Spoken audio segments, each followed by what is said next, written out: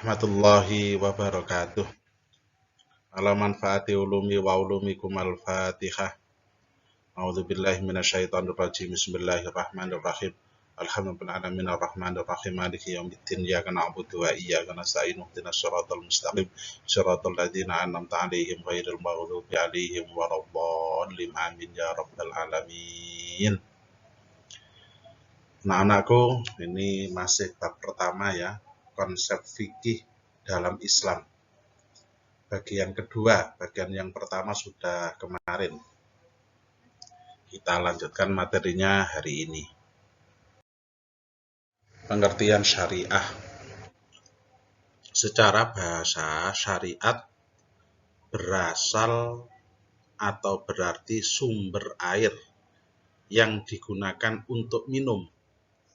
Namun dalam perkembangannya, kata ini lebih sering digunakan untuk jalan yang lurus, yaitu agama yang benar. Itu pengertian syariat secara bahasa. Arti syariah secara istilah adalah agama yang lurus yang diturunkan oleh Allah Subhanahu wa Ta'ala untuk umat manusia. Itu arti syariah secara bahasa, secara istilah. Penjelasan syariat secara umum, keberadaan syariat Islam ialah untuk mengatur kehidupan manusia sebagai makhluk individual untuk taat, tunduk dan patuh kepada Allah Subhanahu wa Ta'ala. Ketaatan dan ketundukan tersebut diwujudkan dalam bentuk ibadah yang telah diatur dalam syariat Islam. Ini yang paling penting.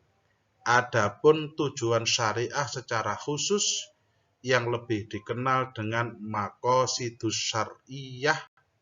Maqasidus syariah adalah, nanti ada 5, nah ini didengarkan, ini sepatut penting tenan.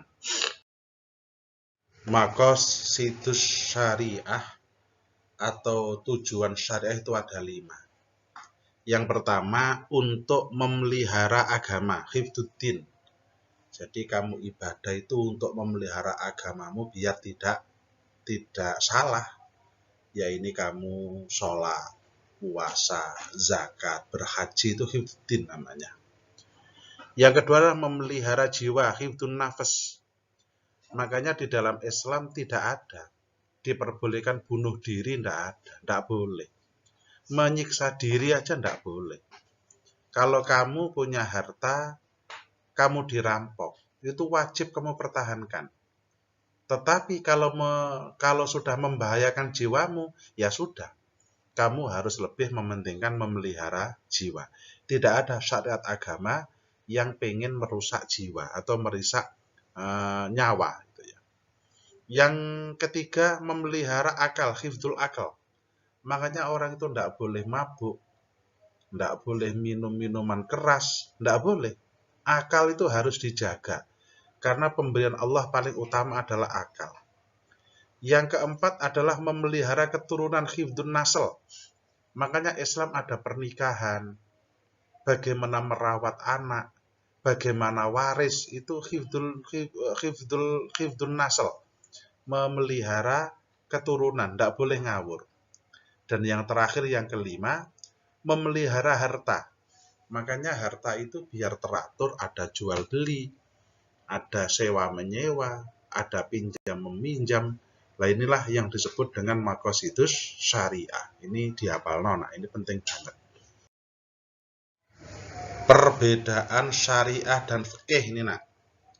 Syariah bersumber dari Al-Quran dan hadis, serta kesimpulan-kesimpulan yang diambil dari keduanya. Sedangkan fikih bersumber dari para ulama dan ahli fikih, tetapi tetap merujuk pada Al-Quran dan Al-Hadis. Yang kedua, hukumnya bersifat qat'i atau pasti. Hukumnya bersifat dhonni atau dugaan. Nanti dicontohkan Bapak Imam. Yang selanjutnya, hukum syariah hanya satu, universal. tetapi harus ditaati oleh semua umat Islam yang fikih, berbagai ragam cara pelaksanaan. Jadi kayak sholat itu wajib iya, tapi nanti macam-macam nak sholat itu. Ono sing lek takbir tangannya diangkat dukur, ono sing ditangkat. Nah, itu namanya fikih. Lek syariah itu sudah universal, bahwasanya sholat itu hukumnya wajib. Yang selanjutnya tidak ada campur tangan manusia atau ulama dalam menetapkan hukum. Jelas Qur'annya. Bayar zakat. Nah, itu jelas. Yang fikihnya adanya campur tangan ijtihad para ulama dalam penetapan pelaksanakan hukumnya. Seperti zakat. Zakat wajib iya. Zakat untuk fakir miskin di Quran ada. Tetapi fakir sama miskin itu seperti apa? Itu fikih. Penting mana? Dua-duanya penting. Karena kalau Quran ya menyebutkan fakir miskin. Lah fakir itu seperti apa? Miskin seperti apa? Ibnu Sabil seperti apa? Itulah perannya fikih. Jadi dua-duanya saling melengkapi. Ini contoh biar kamu betul-betul jelas, nak. Ini ayat Al-Quran Al-Ma'idah ayat 6. A'udzu billahi minasyaitonir rajim. Bismillahirrahmanirrahim. Ya ayyuhalladzina amanu idza qumtum ilas sholati faghsilu wujuhakum wa aydiyakum ilal marafiq wamsahu bi ru'usikum wa arjulakum ilal ka'bayn. Wahai orang-orang yang beriman, apabila kamu hendak melaksanakan sholat, maka basuhlah wajahmu dan tanganmu sampai ke siku, dan usaplah kepalamu, dan basuh kedua kakimu sampai kedua mata kaki. Ini kamu pengen tahu. Kalau wudhu basuh wajah jelas itu syariah. Itu semua sepakat. Lah wajah itu mulai mana sampai mana? Lah itu fikih. Kamu paham, nak? Wajahmu itu loh, nak. Wajahmu itu yang disebut wajah itu mulai mana sampai mana. Lah batasnya itu fikih. Kalau basuh wajahnya, iya, itu syariah, tidak ada perbedaan. Menurut imam ini, wajah itu mulai ini sampai ini. Lah itu namanya ranah fikih. Yang kedua, contohkan Pak Imam. Basuhlah kedua tanganmu sampai siku. Itu jelas. Sampai siku itu, sikunya termasuk wajib dibasuh atau tidak. Lah itu sudah fikih. Tapi kalau basuh tangan sampai siku itu syariah. Itu jelas semuanya. Tetapi siku dibasuh atau tidak itu masalah fikih. Wes agak paham ya, dikit-dikit ya. Nah. Ini perbedaan syariat dan fikih. Ini contoh lagi yang biar kamu lebih jelas. Perintah sholat dan tata cara pelaksanaannya. Perintah sholat adalah masuk kategori syariah. Sholat itu wajib. Nah, sementara tata cara pelaksanaan sholat adalah masuk wilayah fikih. Sehingga tata cara pelaksanaan sholat, terutama pada gerakan dan beberapa bacaan, terkadang terjadi perbedaan antara ulama. Ulama satu dengan ulama yang lain. Ya kalau kamu di sini mungkin agak sama, nak. Nah, semoga kamu nanti bisa haji semua. Amin. Kalau kamu di Mekah, nak, macam-macam. Takbirnya itu macam-macam. Wah, Masya Allah. Lah, perintah sholat itu wajib namanya syariah. Tata cara sholatnya yang berbeda-beda itu namanya fikih. Itu ya saling melengkapi. Sama-sama pentingnya dua-duanya. Sekarang kita masuk ke yang terakhir, nak. Ibadah. Fikih sudah, syariah sudah, sekarang ibadah. Ibadah berasal dari bahasa Arab. Artinya pengabdian, penyembahan, ketaatan, merendahkan diri atau doa. Ibadah sebagai usaha menghubungkan dan mendekatkan dirinya kepada Allah Subhanahu wa ta'ala. Itu pengertiannya. Tinggal dihafalkan, insyaallah wis mudah dipahami. Pengertian ibadah menurut ulama fikih. Ibadah adalah semua bentuk pekerjaan yang bertujuan memperoleh ridho Allah dan menambahkan pahala darinya, dari Allah di akhirat. Itu namanya ibadah. Apapun yang kamu lakukan. Sholat, puasa, jelas. Nah, kamu kok sama orang tuamu kalau ngomong bosok, diperintah nurut, itu tujuannya apa? Oh, saya kan pengen ridho dari Allah, saya pengen dapat pahala. Itu termasuk juga ibadah. Mana ya? Jadi ben paham ibadah. Ini firman-Nya Allah yang luar biasa, Az-Zariyat 56, wa ma khalaqatul jinna wal insa illa liya'budun. Aku tidak menciptakan jin dan manusia melainkan agar mereka beribadah kepadaku. Makanya kalau bisa nak semua diniati ibadah. Kamu belajar, kamu ikut pembelajaran fikih semacam ini, niati ibadah. Karena sejatinya kamu diciptakan Allah di dunia ini untuk ibadah, bukan yang lain. Jadi ojo nganti diniati yang lain gitu nak ya.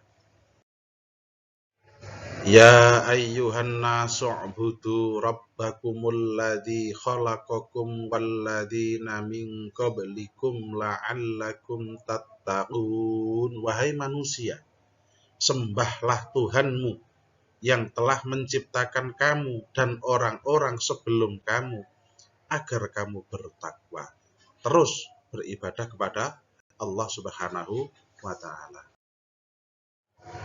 Macam-macam ibadah. Ibadah itu dibagi dua. Ada ibadah mahdhah sama ibadah ghairu mahdhah. Ibadah mahdhah itu ibadah yang tata caranya sudah ditentukan oleh Allah. Wis gak oleh diganti belas. Kamu sholat zuhur 4 rakaat. Sebab pengen oleh ganjaran akeh, saman tambahi 5 rakaat, palah gak sah, palah dosa. Itu namanya ibadah mahdhah. Lah ibadah ghairu mahdhah itu sebaliknya. Tata caranya wis sak karepmu. Tujuannya kamu yang ditentukan. Contoh, kamu berbakti kepada kedua orang tuamu. Bagaimana cara berbakti? Macam-macam. Orang tuamu ke kamar mandi, kamu tuntun sebabnya orang tuamu sudah tua dan sakit. Lah orang tuamu masih seger neng kamar mandi mbok tuntun, ya malah diketak kamu. Lah kamu sekolah, kamu belajar yang sergap, orang tuamu seneng. Wah itu kamu juga ibadah. Namanya ibadah ghairu mahdhah. Macam-macam ibadah ini dilihat dari jasmani dan rohani. 1. Ibadah jasmaniyah, rohaniyah, yaitu perpaduan ibadah antara jasmani dan rohani. Contoh, koyok kamu sholat, itu kan jasmani dan rohani, gerakan dan, nah itu. Yang kedua, ibadah rohaniyah dan maliyah, yaitu perpaduan ibadah rohani dan harta. Kamu zakat, kamu sedekah, kamu infak, itu rohanimu dan juga hartamu. Dan yang ketiga adalah ibadah jasmani, rohani dan maliyah, yaitu ibadah yang menyatukan ketiganya. Kamu haji, berarti jasmanimu, masya Allah, naik pesawatnya 10 jam, nak kesel. Kamu di sana pisah dengan anakmu kalau kamu punya anak, pisah dengan orang tuamu. Wah, itu secara jasmani. Secara rohani, kamu di sana betul-betul masya Allah. Ada yang mengatakan anak uang haji tahu Ka'bah pertama gak nangis atos nanti ini, itu rohani. Yang ketiga maliyah, lah larang nih bayar haji itu. Lah itu ketiga-tiganya tergabung, itu di haji adalah jasmani, rohani dan maliyah. Rangkumannya anak-anak, menurut bahasa syariah artinya jalan menuju tempat keluarnya air minum atau jalan lurus yang harus diikuti. Menurut istilah syariah artinya hukum-hukum dan tata aturan Allah yang ditetapkan bagi hambanya untuk diikuti. Tujuan syariah Islam, maqasidus syariah, ya, yang sudah kamu ini kesimpulannya. 1. Untuk memelihara agama hifduddin. Maksudnya adalah kewajiban menjaga dan memelihara tegaknya agama di muka bumi. Kamu sholat, puasa, zakat, hifduddin namanya. Yang kedua, B. Memelihara jiwa, hifdun nafas, yaitu kewajiban manusia dan memelihara jiwa manusia itu sendiri. Makanya tidak boleh. Kalau kamu sakit, wajib ikhtiar. Kamu juga nggak boleh menyakiti dirimu. Itu tidak boleh, haram hukumnya. Menyakiti diri sendiri itu. Tidak ada syariat agama yang memperbolehkan bunuh diri, itu tidak ada apapun. Karena salah satu dari tujuan syariah adalah hifdun nafas, memelihara jiwa. Yang ketiga, memelihara akal, hifdul akal. Kewajiban menjaga dan memelihara akal. Karena akal merupakan anugerah Allah yang sangat prinsip, karena tidak diberikan kepada makhluk selain manusia. Makanya gak oleh tenan. Kamu mabuk, kamu narkoba, itu haram hukumnya. Salah satu dari tujuan syariah adalah menjaga akal. Tidak boleh sama sekali. Yang nomor 4 adalah memelihara keturunan atau hifdun nasl. Kewajiban menjaga dan memelihara keturunan yang baik, karena dengan memelihara keturunan agama akan berfungsi, dunia akan terjaga, bumi akan termakmurkan. Nah, nanti ada syariat kamu haram zina, saman gak oleh pacaran, diperbolehkan menikah. Itu untuk menjaga keturunan, ben gak ngawur. Kamu zina terus anake sapa? Itu angel. Tatanane angel. Ada waris. Bagaimana kewajiban orang tua menjaga anak? Nah, itu namanya hifdun nasl, menjaga keturunan. Itu salah satu dari tujuan syariat. Yang yang kelima, yang terakhir, hifdul mal, memelihara harta. Makanya jangan dikira ada orang bekerja, diniati ibadah, jadi nak dapat pahala. Ada orang mempertahankan hartanya dirampok sampai mati syahid. Makanya agama Islam itu masuk lengkap. Termasuk salah satu tujuan syariah adalah menjaga harta. Nah, di sini nanti ada jual beli, ada sewa menyewa, ada macam-macam. Ada bagaimana kalau orang bekerja, cara penggajian dan lain sebagainya, itu juga akan diatur. Fikih merupakan bagian dari syariah Islamiyah, yaitu pengetahuan tentang hukum syariah Islamiyah yang berkaitan dengan perbuatan manusia yang telah dewasa dan berakal sehat, mukallaf, dan diambil dari dalil yang terperinci. Nah, ini nanti fikih ini nanti yang akan banyak kita bahas sampai kamu kelas 12, kelas 3. Nanti banyak ini yang kita bahas. Ibadah adalah segala amal atau perbuatan yang dicintai dan diridhoi Allah, baik berupa perkataan, perbuatan, atau tingkah laku. Makanya ada ibadah mahdho, ada ibadah ghairu mahdho. Kamu ikut pembelajaran begini, mbok niati ibadah dapat pahala. Wis belajar, kamu grundel, atine gak ikhlas, ya ilmunya ndak masuk, ya gak oleh ganjaran apalah soro. Makanya ya diikhlaskan. Kamu niati ibadah. Alhamdulillahirrahmanirrahim. Bab 1 sudah selesai nak. Ini sampai 2 pertemuan. Hal-hal yang belum jelas bisa WA ke Pak Imam ya. Boleh bertanya. WA-nya Pak Imam 0811 320 7700. Silahkan kalau mau bertanya. Kita akhiri dengan berdoa bersama. Bismillahirrahmanirrahim. Subhanakallahumma wa bihamdika asyhadu an la ilaha illa anta astaghfiruka wa atubu ilaik. Wassalamualaikum warahmatullahi wabarakatuh.